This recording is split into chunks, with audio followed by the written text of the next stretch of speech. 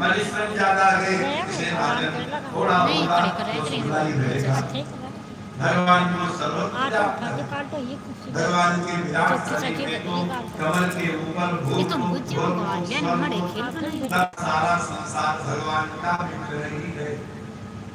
बड़े सुंदर काले काले मेघ हैं, मानो यही भगवान के केश हैं। ये जो दिन और रात होते हैं, सूर्य और चंद्र नहीं, उनके नेत्र हैं।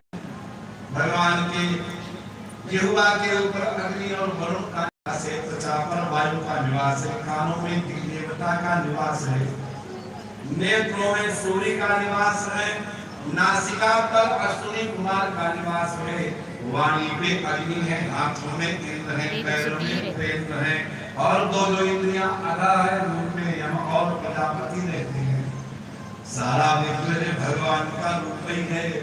जब सब कुछ भगवत रूप है तो अधिक करने की जरूरत क्या है।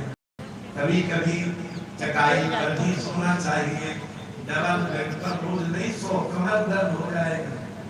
धरती पर सो, केवल चटाई या एक चादर बिछा के, अब देखो कितनी बढ़िया नींद आती है।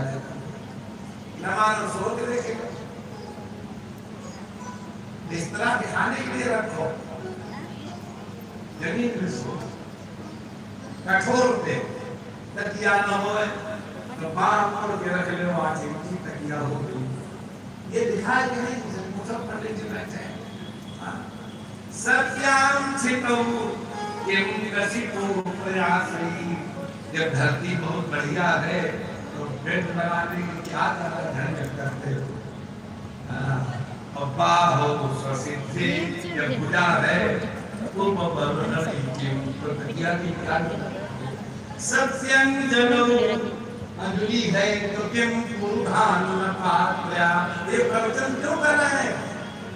ये बहसों के लिए नहीं है, ये प्रवचन राजा परीक्षित के लिए है, जो संसार को छोड़ करके आया है, उसको फंसा हुआ है संसार, उसको समझा रहे हैं कि उंगली से काम चल जाएगा। फिर सारे गृहस्थ उंगली दिखाने लग जाएंगे और कोई मेहमान और अतिथि आ जाएगा तो उससे कहीं उंगली दिखाओ।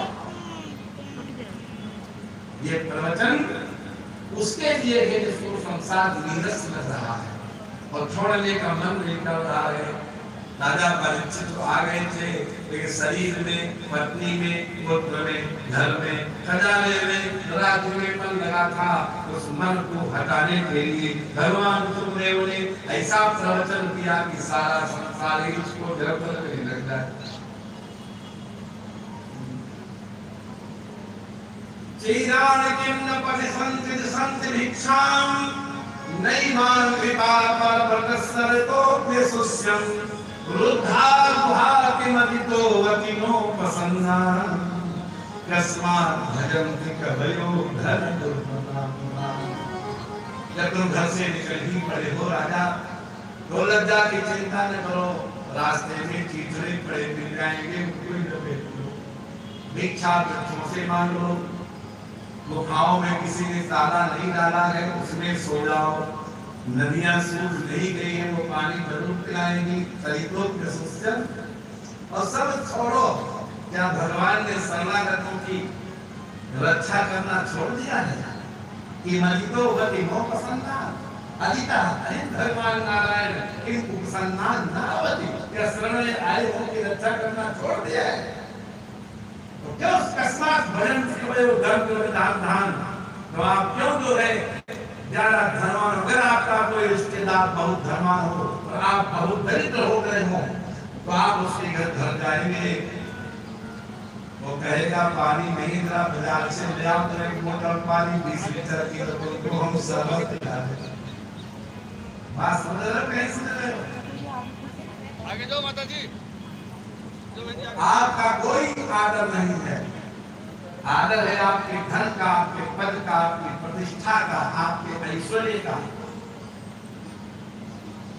गरीब भाई धनवान धन के घर गया, उसने कुएं से पानी खींचा जाता था, बहन कहती जाओ भैया कुआं से बाल्टी भर लाओ, अभी आए ही है वो तो हम तुमको शरबत बना के पिला देंगे। बात समझ रहे हो? मुंडा लगा दिया मेरे बच्चे भी नहीं करता है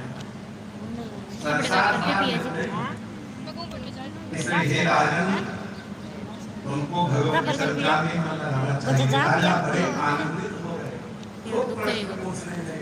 नरसिंहदेव भगवान जान गए कि अब इसके अंदर कोई भी चिकन नहीं रह गई है पर हम ममता जब जो ममता भरी हुई थी उसको उखाड़ दिया सूर्य भगवान आप बुलाया सदागार चतुर्थ अध्याय में सुखदेव भगवान ने तृतीय स्कंद की स्तुति की तो उसके पहले भगवान वेदव्यास कहते हैं कि राजा परीक्षित को देखा तो देखा आत्मा जाया सीता गाय पशु शरीर में पत्नी में पुत्र में घर में पशुओं में खजाने में बंधुओं में और राज्य क्या करे तो पर्यंत पहले राज्य में पर ममता की जाने रूढ़ उनको जाओ उनका त्याग कर दिया तब जाने ये अब कथा सुनने लायक हो गया तब सुखदेव भगवान ने अपने नारायण की स्तुति की नमो नमस्ते सभाय सात्वताम् विदुर काष्ठाय योगिनाम् निरस्त साम्यातिशयेन राधसा स्वधामि ब्रह्मणि बेटा बता एक रात जगह बन गई भगवान तो बेटी नारायण की अरे भगवान क्यों तीनों को कोई बराबर है हम उससे कोई ज्यादा है निरस्तम साम्या तिसरे वेग न भगवान के कोई बराबर है न एक और देख लो उस दिन से अपने धाम में रमण करने वाले अपने तेज के साथ उन परमात्मा को नमस्कार ले जो समस्त भक्तों के शिरोमणि हैं ऋषभाय सात्वता और जो लोग भक्त नहीं हैं उनसे वो बहुत दूर हैं दिल्ली बहुत दूर है विदूर काष्ठा है काष्ठा वाले दिशा इस दिशा में भगवान रह रहे हो दिशा ही बहुत दूर है इनके लिए कुयोगी नाम कुयोगी है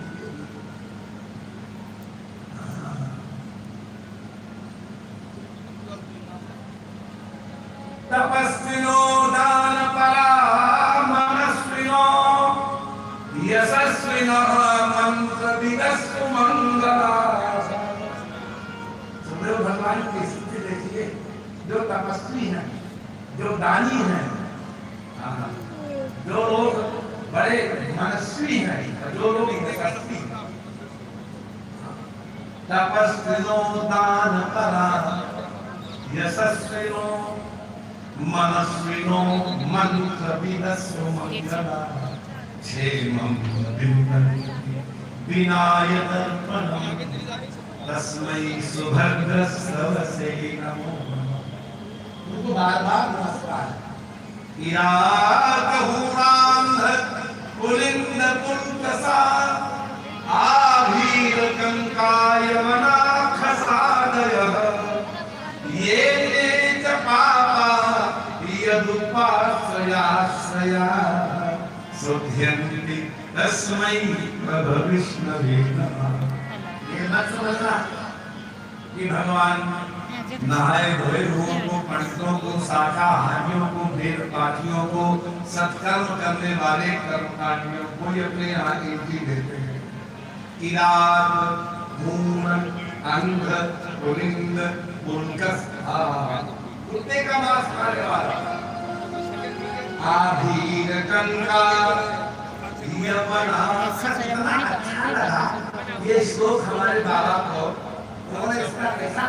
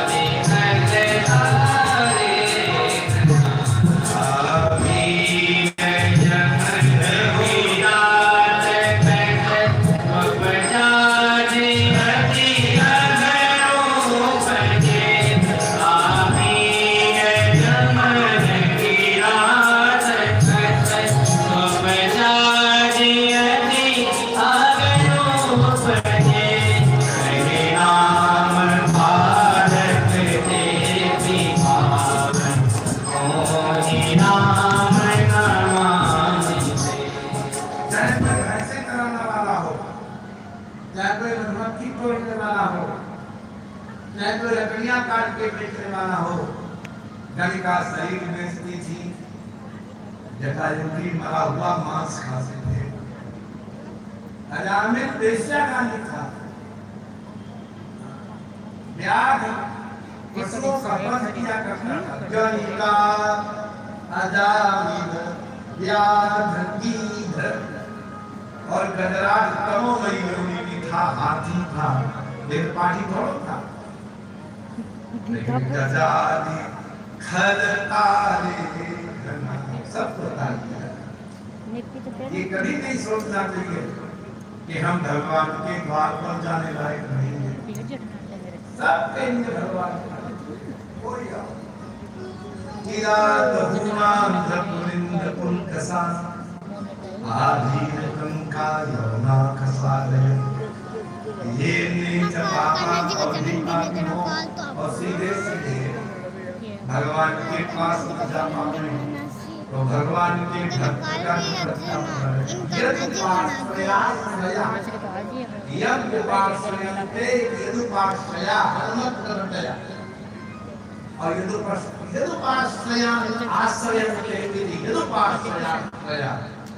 इसका अर्थ तुलसी ने किया हनुमान चालीसा में, तुम्हारे भजन राम को पावे। हद हो गई, भजन करेंगे हनुमान जी का और मिलेंगे राम जी, ये कौन सी बात है? जिसका भजन करो वो मिलना चाहिए कि दूसरा? लेकिन राम जी के दरबार में प्रवेश करना कठिन है और उस द्वार पर हनुमान जी बैठे रहते हैं। राम द्वारे तुम, हनुमान जी की पूछ पकड़, हनुमान जी तुमको राम जी के पास ले जाएंगे।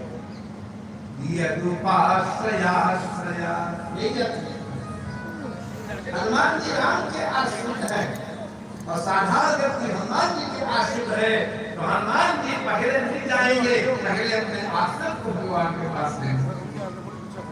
ऐसे अपने श्री कृष्ण के चरणों में बार बार सूर्य प्रणाम करते हैं।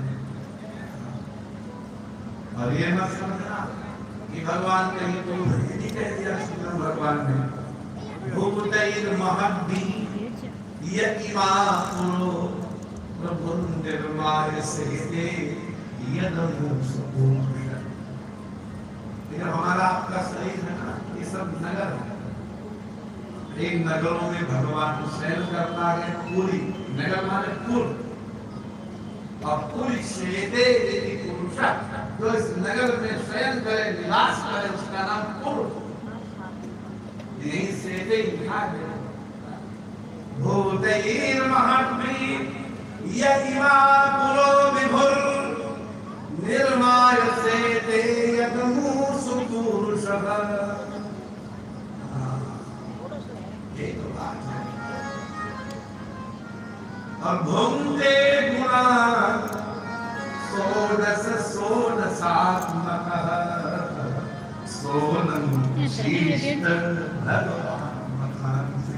सुंदर भगवान कहते हैं कि विषयों को भोगने वाले 16 कितने? हाँ,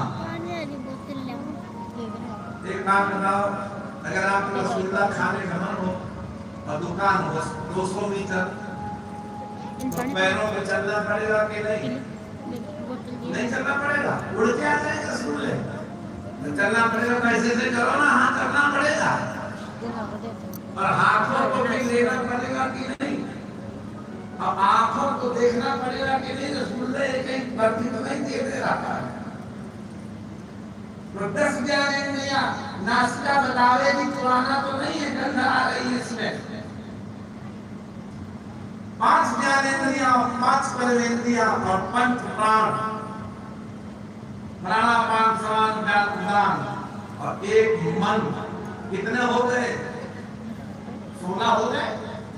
5 ज्ञानेंद्रियां, 5 कर्मेंद्रियां, 5 प्राण, एक मन, और ये 16 भगवान है। 16 परमात्मा और वही विषय को भोगता है।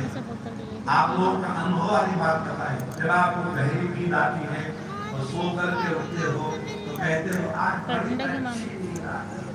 कहते हो कि नहीं बोलो ना। मटा गया गवेती की तो जब आप सो रहे थे, इंद्रियां सो रही थी, मन सो रहा था, अंतःकरण सो रहा था, तो नींद के सुख का साक्षी कौन था? तो उठने के बाद बताता है कि आज बहुत अच्छी नींद आई।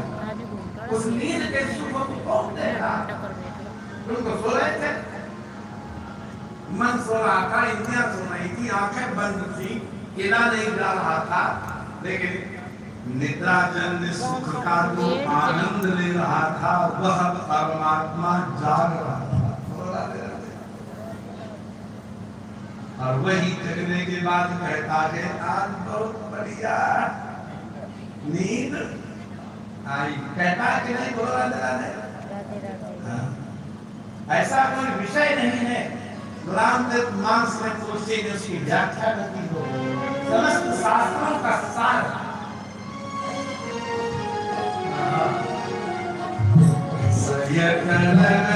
सूरजीव समेता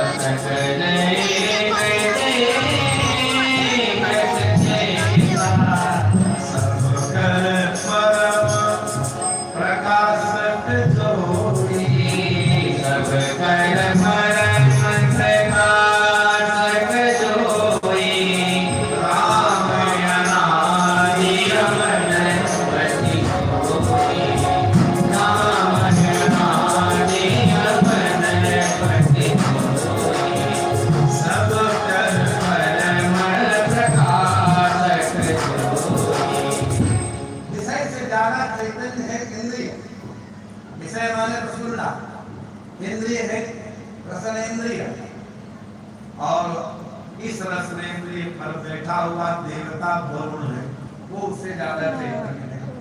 और ये तीनों मिलकर के जिस जीवात्मा को भोग देते हैं वो कहता वाह बहुत मीठा है, लेकिन उस जीवात्मा को, उस वरुण को, उस रसनेन्द्रिय को और उस रसगुल्ला को जो सबको प्रकाशित करता है वो कौन?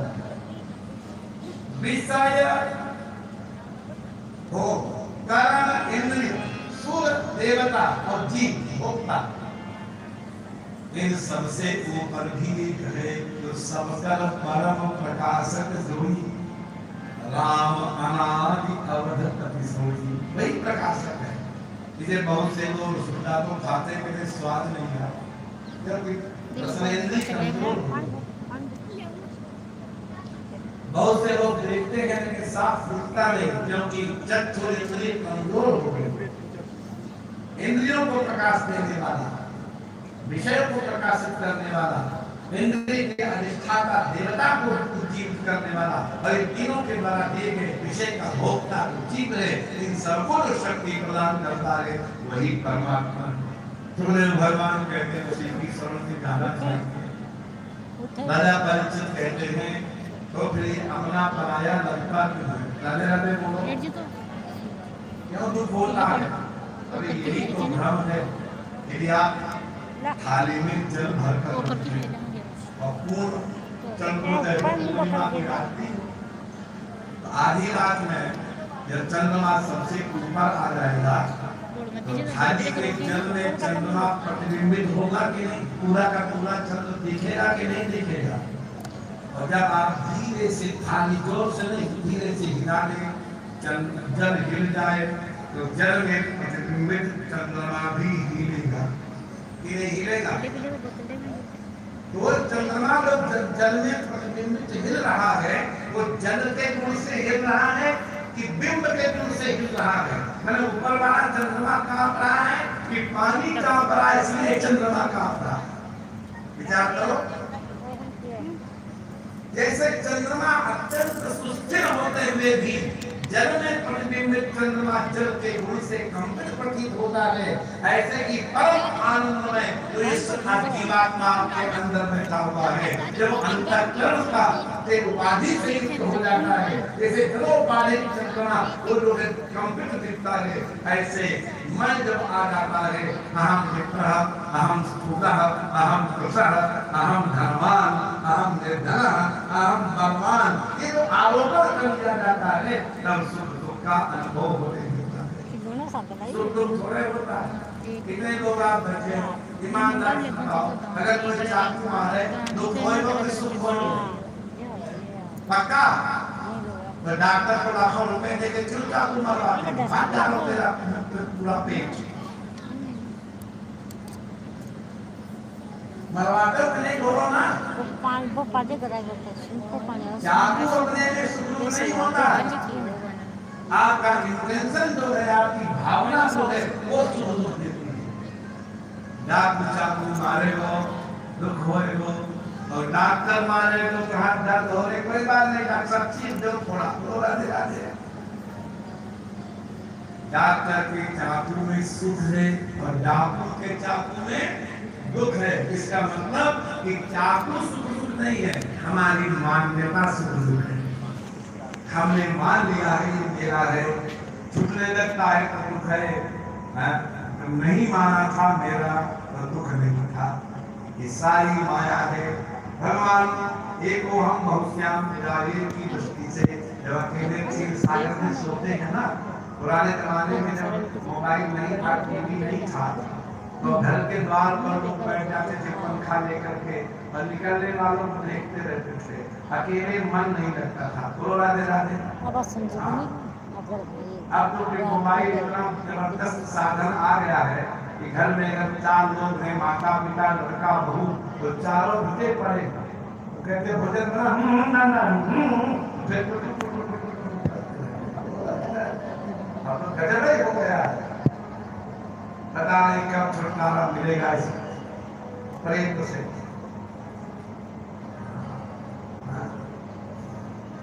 पुराने जमाने में सब था नहीं, बाहर निकल के बैठते थे, निकलने वालों को देखते रहते थे कौन गया कौन आया कहाँ जा रहा है, बड़ा समाचार मिलता था।